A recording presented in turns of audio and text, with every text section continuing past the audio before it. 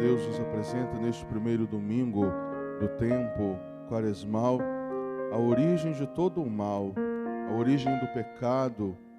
Ouvimos na primeira leitura de hoje, tirada do livro do Gênesis, como o pecado entrou no mundo. E é importante nós entendermos essa leitura porque ela faz parte da nossa vida até hoje.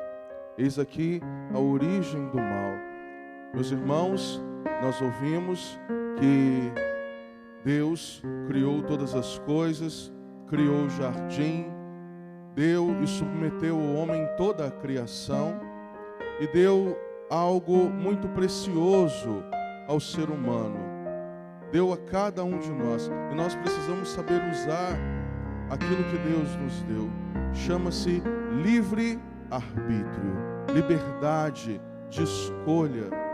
E nessa escolha reside exatamente, meus irmãos, o grande perigo da nossa vida. Se nós não entendermos para que nós somos chamados, por que viemos a este mundo, e nós viemos a este mundo para a glória de Deus. O ser humano foi criado para o louvor da glória de Deus. E quando nós esquecemos disso, nós deixamos, meus irmãos, que outras coisas, outras vontades, desejos e situações tomem as rédeas da nossa vida e conduzam exatamente este nosso livre-arbítrio, essa nossa escolha, orientando a nossa escolha não para Deus. O fim último do ser humano, nos ensina o catecismo, é Deus.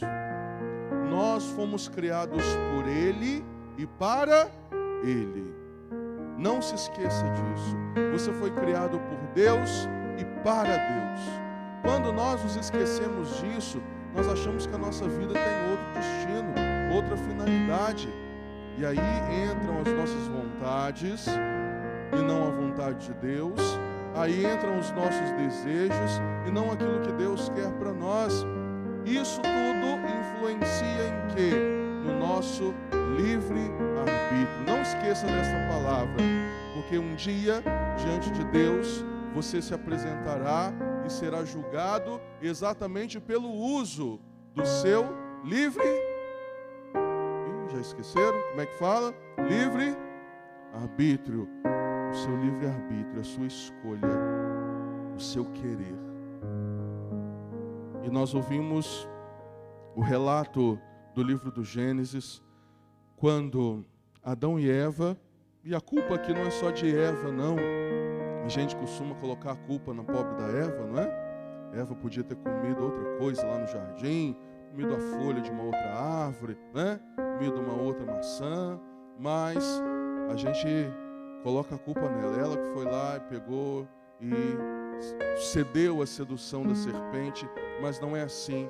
Meus irmãos, nós temos uma escolha. Não adianta nós colocarmos a culpa, mas eu fiz isso porque fulano fez aquilo, né?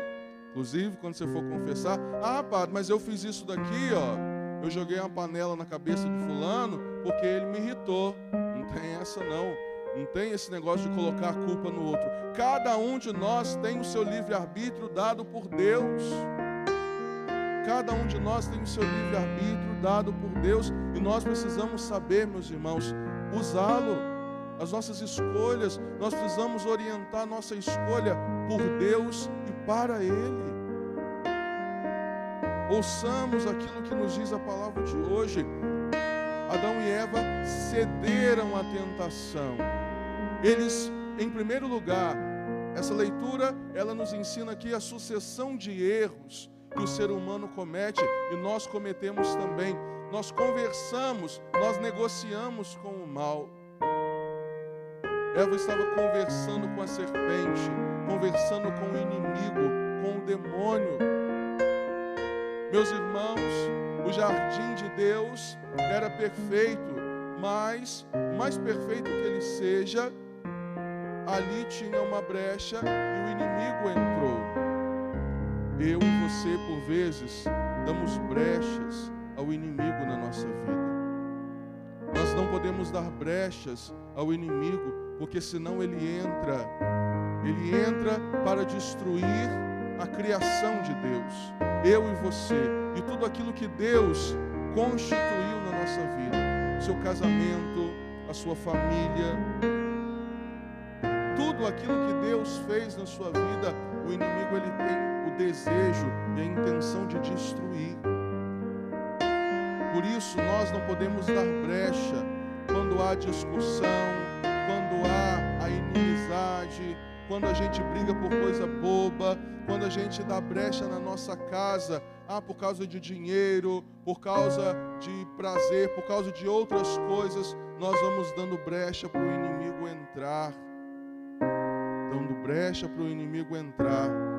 Quantos relacionamentos são destruídos porque o casal dá brecha para o inimigo entrar? Quantas vezes grupos, ministérios se perdem porque nós vamos dando brecha para o inimigo entrar? No jardim, ele entrou e ele começou a seduzir. Entenda isso, meu irmão. O inimigo, ele é especialista na arte da sedução. O inimigo é especialista na arte da sedução. E ele começa então a enganar Eva e a perverter tudo aquilo que Deus havia criado. Olha a pergunta que ele faz. Olha a pergunta que a serpente faz a Eva. É verdade que vocês não podem comer dos frutos da árvore do jardim? Foi isso que Deus tinha falado? Hein? Não foi, não é? Podeis comer, exatamente o contrário. Podeis comer dos frutos de todas as árvores que estão no jardim, menos da que estava no meio, no centro do jardim. O inimigo, ele quer te enganar. Ele engana. E aí ele vai começar então pela mentira. Ele é o pai da mentira. Não se esqueça disso. O inimigo, ele é o pai da mentira. E ele vai ali ludibriando. Ele vai enrolando Eva naquela conversa. E ela, não. Porque na verdade, meus irmãos, o inimigo sabe da verdade. Ele quer, sabe o quê? Que você entregue para ele o segredo da graça de Deus na sua vida. Enquanto a leitura era feita, me vinha ao coração uma outra passagem. Você conhece muito bem essa história, ela é famosa na Bíblia, a história de Sansão e Dalila. Lembra dessa história? Lembra? Sansão era um homem forte, nunca havia sido derrotado, era um homem de Deus, consagrado ao Senhor, e um dia ele estava lá conversando com Dalila. Primeiro, né, como eu disse, o inimigo ele quer entrar, depois ele tenta seduzir, né? E Sansão deu brecha. Deus havia proibido o povo de Israel não se relacionar, não ter casamentos entre alguém do povo e uma pessoa pagã, uma pessoa de outro povo. Sansão fez isso, desobedeceu a Deus, e Dalila era, por mais querida e bonita e amável que fosse, ela era do povo filisteu. Ela era do povo inimigo. Sansão aceitou junto com ele, e aí uma bela noite, né, tá lá a lua bonita, e Sansão tomando uma taça de vinho com Dalila e conversando, e Dalila começa então a perguntar, né, Sansão, qual é a razão da sua força? Qual era a razão da força de Sansão? Cabelo? Cabelo, mas não é cabelo, gente. O cabelo, cabelo era o sinal da sua força, era o sinal, na verdade, da sua consagração. Sansão era consagrado a Deus. Paulo também vai fazer a mesma consagração, né? Consagração dos nazireus, como diz a palavra. Desde criança, eles não cortam o cabelo, né? A navalha nunca havia tocado na cabeça de Sansão. Esse era o sinal visível da sua consagração a Deus. Mas o motivo da sua força era porque ele era consagrado a Deus, desde o ventre materno. Mas, ali, entre uma taça de vinho e outra, Sansão entregou para Dalila o segredo da sua força, né? Que está simbolizado, é claro, pelo seu cabelo que nunca havia sido cortado. O que Dalila fez? Assim que soube, assim que Sansão entregou para ela o segredo, entregou, como diz o ditado, o ouro para o bandido, não é isso? Ela saiu, deixou a porta aberta, veio o exército, então, e ali prendeu Sansão, furaram os seus olhos e ele foi subjugado pelo inimigo. Eva também entregou o segredo. Não, nós podemos comer do fruto de todas as árvores, menos da que está no meio do jardim. Deixa eu falar para você, meu irmão, às vezes no momento da raiva, a gente entrega o segredo para o inimigo. Aquilo que está na nossa mente, os nossos pensamentos, o inimigo ele não sabe. Mas quando você verbaliza, quando você briga e fala um monte de bobagem, né? Tem alguém aqui que faz isso? Está lá brigando em casa e fala um monte de coisa. Não precisa levantar a mão não, gente. Briga, fala um monte de bobagem, depois se arrepende do que fala, não é isso? Acontece ou não acontece? Quando você verbaliza, quando você coloca para fora, quando você deixa sair de você, o inimigo, ele sonda, ele capta aquilo ali e vai usar aquele segredo, aquela situação contra você. Um exemplo simples, quantas vezes em casa a gente briga ano após ano, dia após dia, pela mesma coisa, não é? A gente briga sempre na família pela mesma situação. É um motivo, e aí você, no momento da raiva, você joga na cara da pessoa, e aquilo ali, o inimigo ele vai usando para tentar destruir a paz, a harmonia do lar. Nós não podemos entregar o segredo de Deus para o inimigo. Nós não podemos dar aquilo que é precioso, que Deus nos concedeu, para o demônio, para o inimigo de Deus, o inimigo da sua família, o inimigo do seu casamento, o inimigo da sua caminhada. Eva entregou e o inimigo usou daquilo ali para seduzir Eva. Não, vocês não vão morrer se vocês comerem do fruto daquela árvore. Vocês vão ser conhecedores do bem e do mal. Vocês serão como deuses. Eis aqui a grande tentação do ser humano: ser como Deus. Ser como Deus.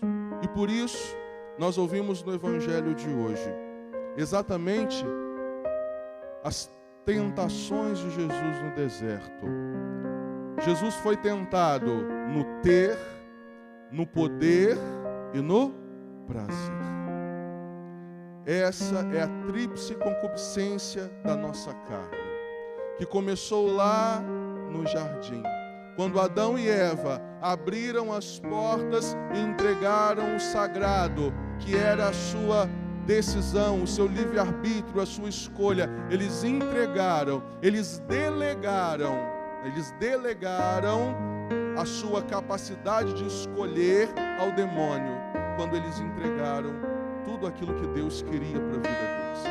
Quando eles entregaram os planos de Deus nas mãos da serpente, a serpente passou a ter o poder de escolher por eles. E eles então cederam àquela tentação. Meus irmãos, nós sempre seremos tentados nesta situação. Na tentação de Jesus está a nossa tentação, mas na vitória de Jesus está a nossa vitória. Jesus foi tentado no ter, Jesus foi tentado no poder, Jesus foi tentado no prazer. Jesus estava com fome, e quando Jesus então estava ali fragilizado pelo jejum, o inimigo se aproximou dele e começou a tentá-lo. Primeira tentação: se és filho de Deus, manda que essas pedras se transformem em pães. Jesus então responde com a palavra. Jesus se defende com as armas de Deus. Meus irmãos, contra as dificuldades da nossa casa, contra as situações que acontecem na nossa família, não adianta você brigar, não adianta você ficar discutindo, batendo boca. Você precisa lutar com as armas de Deus diante de situações difíceis que querem destruir a nossa família, querem nos afastar de Deus. Nós precisamos combater com as armas de Deus, assim como Jesus combateu. Nem só de pão vive o homem, mas de toda a palavra que sai da boca de Deus. Mas antes de falar dessa tríplice tentação de Jesus, eu quero falar de algo muito simples para vocês. O que é que Jesus estava fazendo no deserto? Hein? Ele estava lá só sentado, olhando para o sol. O que ele estava fazendo? Jejuando e orando. O que a gente precisa fazer nesse tempo da quaresma? Você está jejuando?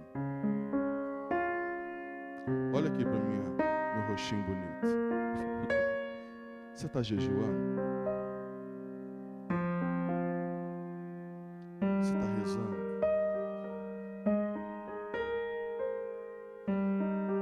Entenda uma coisa: a tentação, o inimigo, ele vai vir. Isso aqui é uma certeza. O inimigo, ele vai te tentar, porque ele quer jogar a sua alma no inferno. Ele quer lançar a sua alma no fogo que não se apaga. Ele quer te tentar na sua fraqueza. Se você tem a fraqueza com dinheiro, ele vai te tentar nesse campo. Você gastar, se endividar. Se você gosta de jogar, o inimigo, ele vai te tentar aí. Se você tem dificuldade na sua sexualidade, o inimigo, ele vai te tentar exatamente aí. Se você é uma pessoa nervosa, o inimigo vai te tentar no seu ponto mais fraco. Se você não jejuar e se você não rezar, meu irmão, você vai ser uma presa fácil na mão do inimigo. Por isso, assim como Jesus era Deus, Ele era Senhor, Ele está aqui dando um ensinamento para os seus discípulos. Ele jejuou e rezou. Você acha que só sentar aqui e ficar olhando para minha cara uma vez por semana no domingo tá bom? Você acha que sentar aqui e participar de 1h30 de missa no domingo tá tudo bem? Você vai ser uma presa fácil na mão do inimigo. Tua família nunca vai sair daquele problema. Você nunca vai sair daquela situação difícil. Sabe por quê? Porque às vezes falta. O que Jesus estava fazendo? Essas são as nossas armas. Mas jejuar é difícil, não é? Tem gente que está assim. Confirmo. Jejuar é difícil. Rezar também. A tentação de nós pensarmos que a oração é uma perda de tempo. Enquanto eu podia estar rezando, enquanto eu estava rezando, enquanto eu estou rezando, eu podia estar fazendo outra coisa. Gente, vocês não sabem a luta interior que eu passo quando eu estou rezando. Pra vocês terem uma ideia, vou falar de mim. Enquanto eu estou rezando, vocês não sabem, vem na minha cabeça 1000 planos pastorais. Enquanto eu estou rezando, vem um monte de ideia, vem um monte de plano pastoral, vem um monte de coisa para fazer, vem um monte de ideia. Gente, ideia boa, ideia boa, um monte de coisa. Sabe para quê? Para que eu largue a minha oração. Rezar não é uma perda de tempo. Então esse. Esse é o tempo favorável. É o tempo de rezar e é o tempo de jejuar. Adivinha qual é o dia que mais me dá vontade de comer carne? Vocês não têm ideia, gente. Vocês não têm ideia. A boca chega a enche d'água. É difícil. Porque agora, meus irmãos, nós temos exatamente essa concupiscência dentro de nós. Eu vejo o bem que eu quero fazer, mas o meu corpo, a minha vontade, a minha carne estão afetados pelo pecado. Então eu vou desejar aquilo que me leva para longe de Deus. É assim que acontece, porque a concupiscência entrou desde Adão e Eva na nossa existência. Eu vejo o bem que eu quero fazer, mas eu acabo fazendo o mal que eu não quero. Por isso, nós precisamos exercitar a nossa vontade por meio do jejum e da oração. Por meio do jejum e da oração. Eu quero perguntar mais uma vez. Você está jejuando? Você está rezando?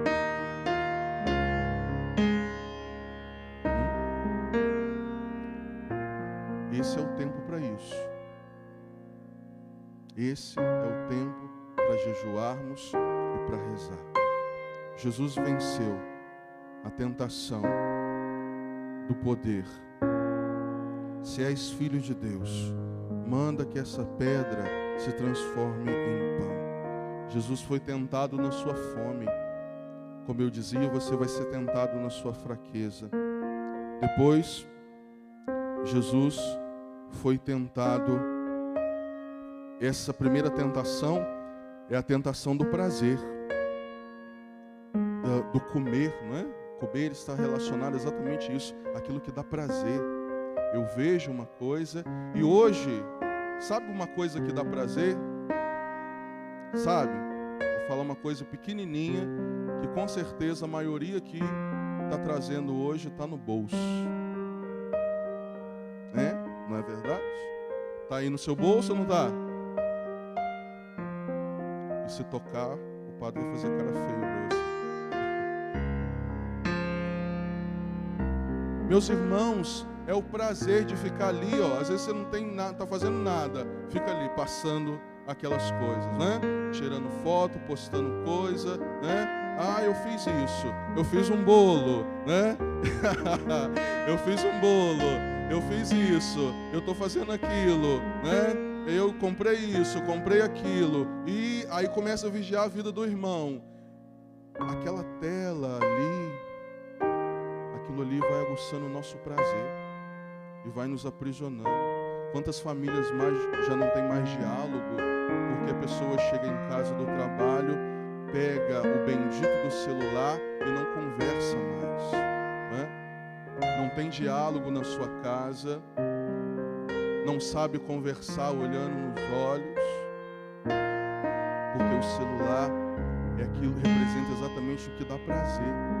Dá prazer você ficar ali. Aquela imagem, aquela tela, ela seduz e você fica ali. E você perde tempo, e você fica o dia inteiro. E você perde tempo precioso, tempo que você podia estar com a sua família, tempo que você podia estar rezando, mas você está ali no seu celular. E tantas outras coisas que nos dão prazer. E nós renunciamos às vezes a estar com Deus e coisas importantes por causa do prazer. Depois, Jesus é tentado mais uma vez. Então, o diabo levou Jesus à cidade santa, colocou-o sobre a parte mais alta do templo e lhe disse: se és filho de Deus, levanta-te daqui, lança-te daqui abaixo, porque está escrito: Deus dará ordens aos seus anjos a teu respeito, e eles te levarão nas mãos, para não tropeçares em alguma pedra. Essa, meu irmão, é a tentação do poder. Essa é a tentação do poder. Essa é a tentação de Adão e Eva. Eles foram tentados a não estar mais embaixo da obediência de Deus, mas estarem acima, serem como deuses. Não foi isso que a serpente falou? O que a serpente falou? Não, vocês serão como deuses. Então você não está mais embaixo, você não está mais sob a obediência de Deus, você está acima de Deus. Essa é a tentação do ser humano. Quantas pessoas hoje, inclusive dentro da igreja, escolhem pontos da doutrina católica para viver. Não, isso aqui eu não concordo. Você já ouviu isso de algum católico? Já? Não, isso aqui eu não concordo. Anticoncepcional eu não concordo. Então, eu estou na igreja, mas eu faço isso daqui.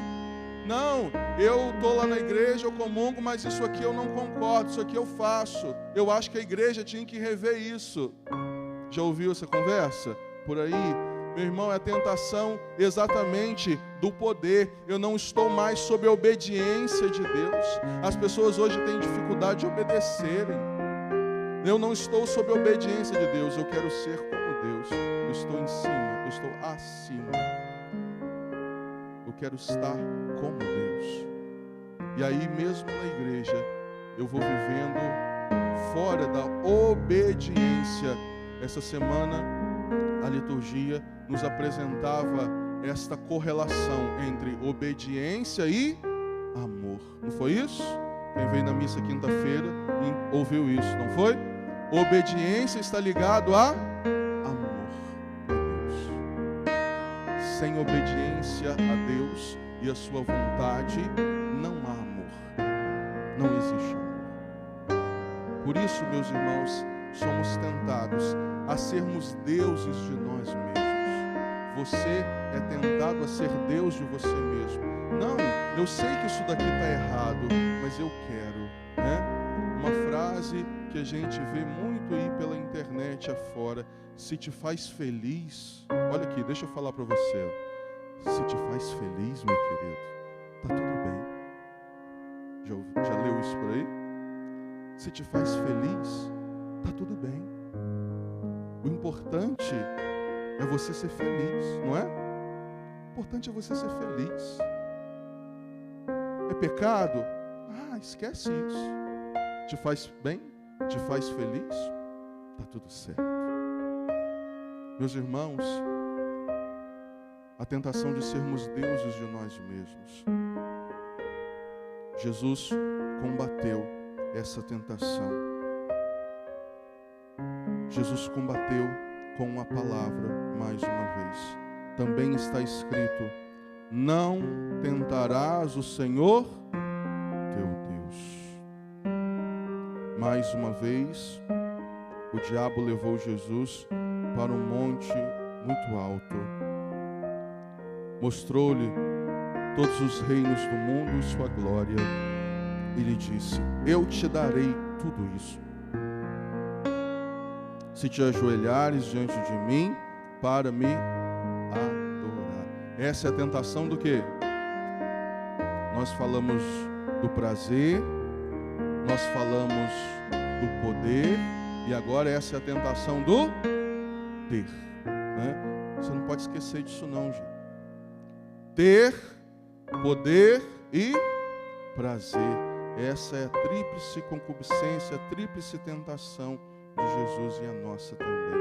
Jesus é tentado agora no ter. Jesus é tentado no ter. Por isso, nós também seremos tentados. Mas olha o preço que o demônio pede. Deixa eu falar uma frase dos santos para você. Aquilo que você não vive sem, se você não vive sem, por exemplo, essa vela aqui, ó. Se você não vive sem essa vela, na verdade, é o seu Deus. Entendeu? Aquilo do qual você não vive sem é o seu Deus. Você vive sem seu celular? Se você não vive sem o seu celular é o seu Deus. Você vive sem cigarro? Se você não vive sem o cigarro é o seu. Você vive sem beber? É difícil, não é? Mas se você não vive sem beber, a bebida é o seu Deus. É isso. Resume essa tentação de Jesus. Olha na sua vida e vê se tem alguma coisa da qual você está muito apegado. Não, isso daqui, eu não posso sair de casa sem, eu não vivo sem isso daqui. Se você está assim no seu relacionamento com seu namorado, e eu vejo isso muito em casais de namorado, se você não vive sem o seu namorado, a sua namorada, se você abandona às vezes as coisas de Deus por causa de homem, de mulher, na verdade, aquele homem e aquela mulher é o seu Deus. Entendeu? Entendeu? Sim ou não? Essa foi a tentação de Jesus. E Jesus venceu com a palavra, dizendo que, olha só, gente, essa é a pior tentação. Essa é a pior tentação. Como que Jesus venceu? Vai-te embora, Satanás. Vamos repetir isso? Vai-te embora, Satanás. Foi assim que Jesus venceu. Das outras palavras aqui, nas outras tentações, Jesus respondeu com a palavra. Jesus citou passagens bíblicas. Nessa não tem negociação. O que Jesus falou? Vai-te embora, Satanás. Tem coisas na nossa vida que a gente precisa fazer assim, ser radical também. Vai-te embora, não tem conversa. Foi isso que Eva tinha que ter feito. Foi isso que Adão tinha que ter feito. Vai-te embora, Satanás. Enquanto você continuar negociando e conversando com o inimigo, você vai se dar mal, meu irmão. Por isso, vamos pedir a Deus hoje a graça de nós termos a capacidade de viver esse tempo da quaresma e viver o tempo da quaresma com aquilo que Jesus viveu. Jesus estava no deserto fazendo o quê? Jesus estava no deserto fazendo o quê? O que a gente precisa fazer na quaresma? Vou perguntar de novo. Posso? Está jejuando? Sexta-feira eu não estou comendo carne na quaresma, não. Ah, meu irmão, faz isso não. Não, sexta-feira eu não estou comendo carne, não. Faz isso não. Faz assim não. Jejua assim não. Faz um jejum de verdade. O que adianta eu ficar só sem comer carne, mas se você está viciado em um monte de outra coisa? Faz um jejum para te ajudar, para te fortalecer. Eu gosto muito desse exemplo de Dom Roberto Guimarães. Uma memória viva que eu tenho na mente é dele fazendo isso lá no seminário para a gente. Você pega lá o chocolate, você gosta do chocolate? Põe lá um chocolate em cima da mesa, ó. Faz o jejum de chocolate. Aí toda hora você passa, vê o chocolate, dá vontade de comer o chocolate, você fala, não vou comer. Roberto ensinava isso pra gente no seminário. Você colocar aquilo que você gosta. Você está fazendo jejum de chocolate, está fazendo jejum, põe lá na sua frente, pra você olhar assim, passar e ver toda hora e ser tentado e dizer não. É um exercício, parece um exercício espiritual. Não fique sedentário. Você está sedentário na quaresma? Olhando assim, na nossa vida a gente está mal, né? E a barriga, só Jesus. Mas na quaresma, espiritualmente, eu e você precisamos estar sarados, firmes na luta, firmes neste combate, porque o inimigo, ele não brinca para destruir a sua família. O padre está brincando, mas o inimigo não brinca para destruir a sua família, para destruir o seu casamento, para te afastar do seu trabalho, para fazer você perder tudo aquilo que Deus te deu, tudo aquilo que Deus construiu na sua vida. Portanto, não brinca de quaresma. Não brinca de quaresma. Se você está vindo só à missa, e acha que a missa tá bom, se você tá só sem comer carne na sexta-feira e acha que esse jejum tá bom, você tá brincando de quaresma. Brincando de quaresma. Não brinca de quaresma. Olha o Padre Visonho. O celular tocando aí. Não brinca de quaresma. Não brinca. Porque se você brincar, meu irmão, se você brincar de quaresma, você vai ser uma presa fácil na mão do inimigo. Você vai ser uma presa fácil. Então, sai dessa missa hoje. Se você não está jejuando ainda, se você não está rezando ainda, você sai em nome de Jesus. Em nome de Jesus, eu quero falar para você, sai dessa missa hoje com um propósito. Eu vou rezar, eu vou fazer um jejum, eu vou tomar vergonha na cara. Amém?